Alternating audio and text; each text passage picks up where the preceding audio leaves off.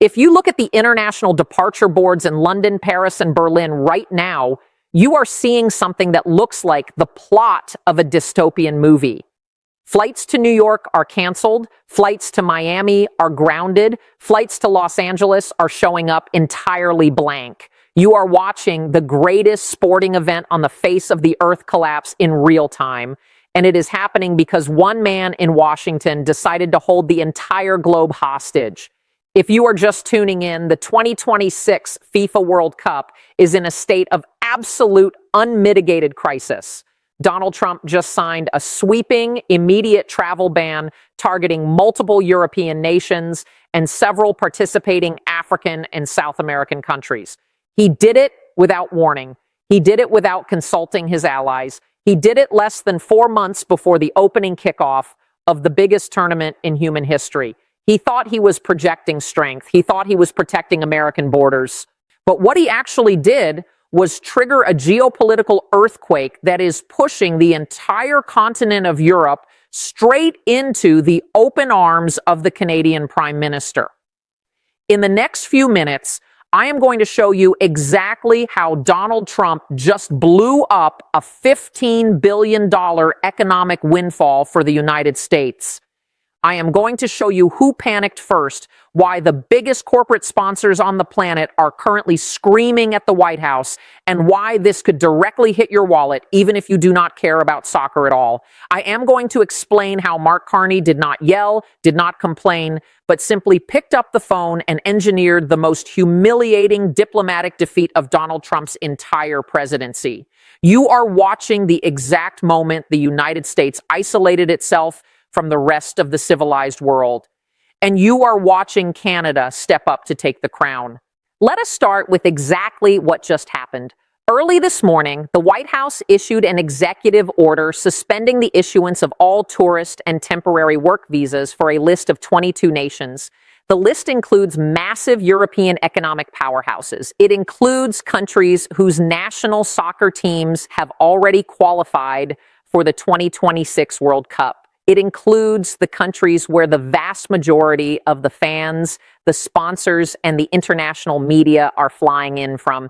The United States was supposed to be the primary host of this tournament. 11 American cities, 78 matches, the grand final in New Jersey. It was supposed to be a shining golden moment for the American economy, coinciding with the 250th anniversary of the United States. But Trump just locked the doors. He cited vague security concerns. He claimed that foreign nations were not paying their fair share for global security. He treated the World Cup not as a celebration, but as a giant bargaining chip. He looked at the millions of people planning to come to America and spend their money in American hotels, American restaurants, and American businesses, and he saw them as leverage. He thought FIFA would bow to him. He thought Europe would beg him for an exemption. He was wrong, so deeply, catastrophically wrong. Speak to anyone in the international diplomatic community today, and they will tell you the same thing. Europe is not begging. Europe is furious. Imagine being the manager of the French national team right now. Imagine being the head of the German Football Association. You have spent years preparing for this. Your fans have spent millions of dollars on non-refundable tickets and accommodations in cities like Dallas, Atlanta, and Kansas City. And suddenly you are told that half your coaching staff and a third of your traveling supporters are legally barred from entering the United States. The chaos is absolute. It is total. And this is where you need to look at the receipts, because the economic devastation hitting the United States right now is not theoretical. It is happening today. Look at the hotel industry. Across the 11 American host cities, we are seeing a wave of cancellations that is crashing hotel stock prices. Marriott, Hilton, and Hyatt are watching billions of dollars in projected summer revenue evaporate overnight. Look at the airline industry. International carriers are frantically rerouting planes, canceling routes to the United States, and demanding answers from the Department of Transportation. Delta and United Airlines are bleeding red on Wall Street. Look at the corporate sponsors: Adidas, Coca-Cola, Visa. These are companies that poured hundreds of millions of dollars into marketing campaigns centered around the United States hosting the world. They are completely panicking. They are threatening to pull their advertising. They are realizing that their brands are now associated with a closed, hostile, and volatile American administration. And look at the 11 American mayors. The mayors of cities like Miami, Philadelphia, and Seattle spent hundreds of millions of taxpayer dollars upgrading their stadiums, improving their transit systems, and preparing their police forces for this exact moment. They were promised a massive return on investment. They were promised an economic boom. Now, they are staring at empty stadiums and massive municipal debts, all because the President of the United States wanted to look tough on television. Why is Trump losing control of this narrative so quickly? Because he fundamentally misunderstands what the World Cup is. He thinks it is just a game. He thinks it is a disposable event. He does not understand that for the rest of the planet, football is a religion. It is a deeply ingrained cultural pillar. When you mess with the World Cup, you do not just anger foreign politicians. You anger billions of ordinary citizens. You turn entire populations against you. Trump escalated with threats. He told European leaders that if they complained about the travel ban, he would hit them with auto tariffs. He tried to bully his way out of a diplomatic crisis. But the world responded with absolute chilling silence. They stopped calling Washington, and they started calling Ottawa. This is where you have to look at Mark Carney, because the contrast between how Donald Trump handles a crisis and how Mark Carney handles a crisis is the entire story here.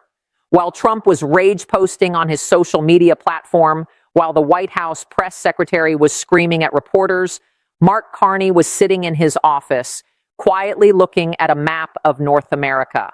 Canada is a co-host of this tournament. Toronto and Vancouver were only supposed to host 13 matches. They were supposed to be the junior partner in this massive North American bid.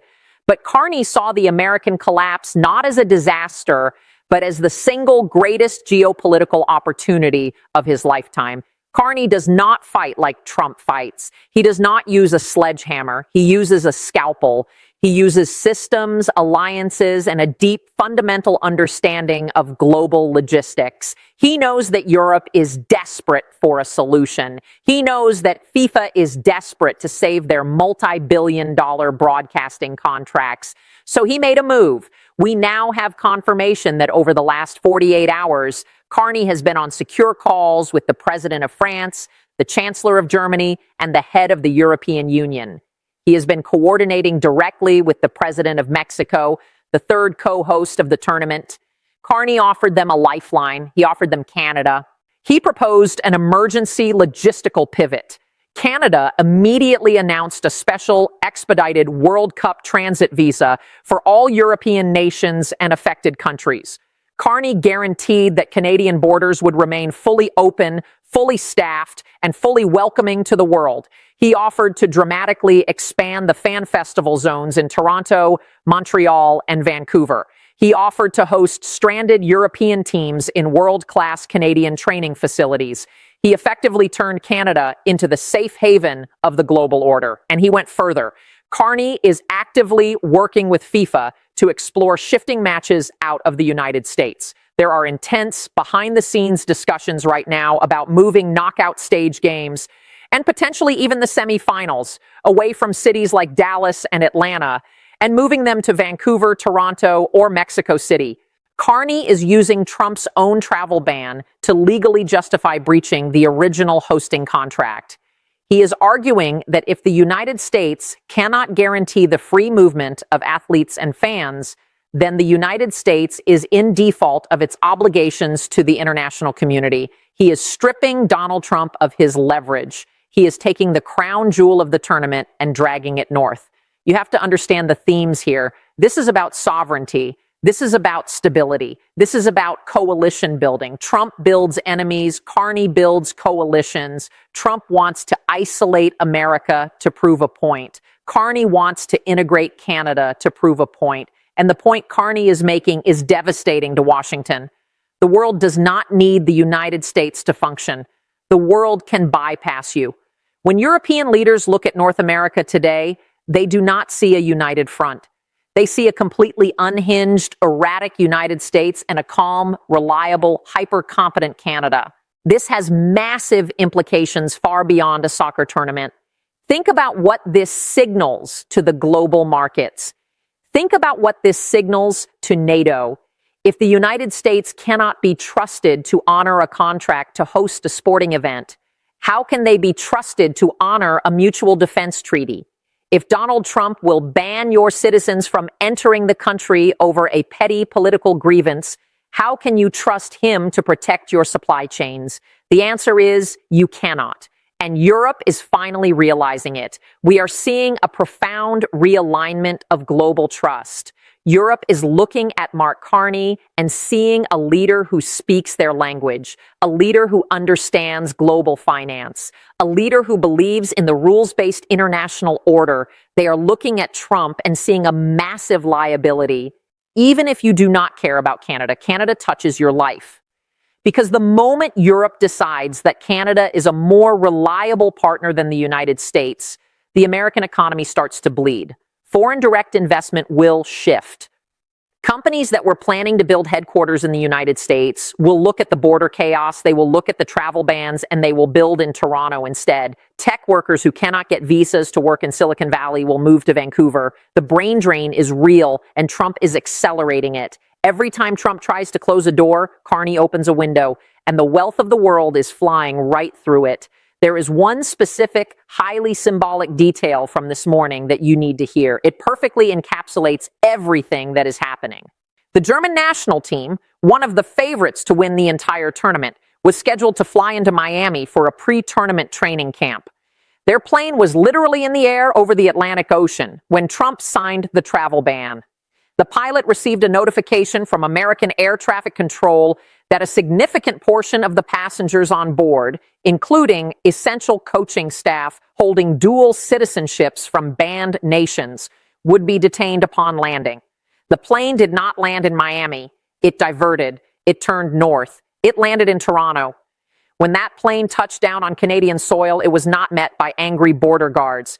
It was met by the Canadian Minister of Sport. It was met by a fully functioning, polite, highly efficient customs process that cleared the entire team in less than an hour. Carney didn't raise his voice. He raised the cost of ignoring Canada. He let Donald Trump embarrass himself on the global stage, and then he quietly caught the pieces that fell. Trump did not negotiate. He demanded, and the world simply stepped back. So what happens next? The clock is ticking and the pressure on Washington is becoming absolutely unbearable. There are three ways this plays out in the near future. Scenario A. This is the most likely outcome. The American business community completely revolts. The CEOs of the major airlines, the hotel chains, and the massive corporate sponsors march into the Oval Office and tell Trump that he is destroying the American economy. The governors of the host states, Texas, Florida, California, rebel against the White House. They demand an immediate reversal of the travel ban. Trump, facing an internal uprising from his own donors, is forced into a humiliating, highly public retreat. He issues waivers. He walks it back. But the damage to American credibility is permanently done. The world remembers that he tried to ruin it. Scenario B, the escalation. Trump digs his heels in. He refuses to lift the ban. He attacks FIFA on social media, calling them corrupt. He attacks Europe. He attacks Carney. FIFA, left with absolutely no choice, holds an emergency Congress and officially strips the United States of its hosting rights for all matches involving banned nations. They move dozens of games to Canada and Mexico. The United States loses billions in revenue, and Trump goes down in history as the president who lost the World Cup. The American public, furious at losing the tournament, turns on him. Scenario C, the unexpected reversal. Trump tries to use the crisis to force a larger geopolitical deal. He tells Europe he will lift the travel ban, but only if they agree to massive new trade concessions or increased military spending. He tries to hold the tournament hostage for policy gains, but Europe calls his bluff. They refuse to negotiate with a hostage taker. They dare him to ruin the tournament. The standoff drags on, paralyzing the global economy and creating a summer of absolute chaos. This is the part where leaders usually calm it down. This is the part where diplomats step in, smooth over the rough edges, and find a compromise. But Trump does not do calm. Trump does not do compromise. He only knows how to double down. And that is why the world is turning to Mark Carney, because the world is tired of the drama. The world is exhausted by the constant grinding anxiety of dealing with an American president who treats global stability like a reality television show. We are watching the end of an era, the era where the United States was the unquestioned, indispensable center of the world. Trump promised to make America great again. But look at what is actually happening. America is isolated. America is losing billions. America is being bypassed by its closest allies. Meanwhile, Canada is stepping into the void. Carney is proving that a middle power armed with competence, strategy, and a commitment to global cooperation can outmaneuver a superpower armed with nothing but bluster and threats. The travel ban was supposed to be a show of force. It turned into a showcase of American decline. You have to look at the long-term damage here. This is not just about a summer of soccer. This is about the next 20 years of global relations. When a young person in Europe watches this unfold, what do they think of the United States? They see a country that is closed off, angry, and hostile. They see a country that breaks its promises. And when they look at Canada, they see a country that is open, modern, and reliable. Where do you think that young person is going to want to study? Where do you think they are going to want to invest their money? Where do you think they are going to want to start a business? Trump is building a wall, but he is locking the American people on the wrong side of it. He is locking you out of the global economy. He is locking you out of the cultural exchange that makes the modern world function. And you are paying the price. You are paying the price in lost revenue for your cities. You are paying the price in a diminished reputation abroad. You are paying the price every time a foreign company decides to bypass the United States and set up shop in Toronto instead. Carney understands this. He is playing the long game. He knows that every time Trump acts erratically, Canada's stock goes up. He is positioning Canada as the North American alternative, the safe harbor in a storm of American chaos. And it is working. The European response has been overwhelmingly positive toward Ottawa. French and German diplomats are publicly praising Carney's leadership. The global press is contrasting Carney's calm, measured approach with Trump's volatile outbursts. The narrative has completely shifted. Trump is no longer the master negotiator. He is the unpredictable liability. Carney is no longer just the prime minister of a northern neighbor. He is the steady hand at the wheel of the global order. This is a crisis of Trump's own making. He lit the match, he poured the gasoline, and now he is surprised that the fire is burning down his own house. But the fire is not burning Canada. Canada is building a firewall. Canada is protecting the tournament. Canada is protecting the global supply chains. Canada is protecting the alliances that Trump is so desperate to destroy. You need to ask yourself what happens when the dust settles. When the World Cup is over, regardless of where the final matches are played, what will the world remember? They will remember that when the chips were down, the United States folded. They will remember that the United States could not be trusted. And they will remember that Canada stepped up. This is the legacy of the Trump administration. A legacy of broken treaties, canceled flights, and empty stadiums. A legacy of isolation and economic self-sabotage. And this is the legacy of Mark Carney.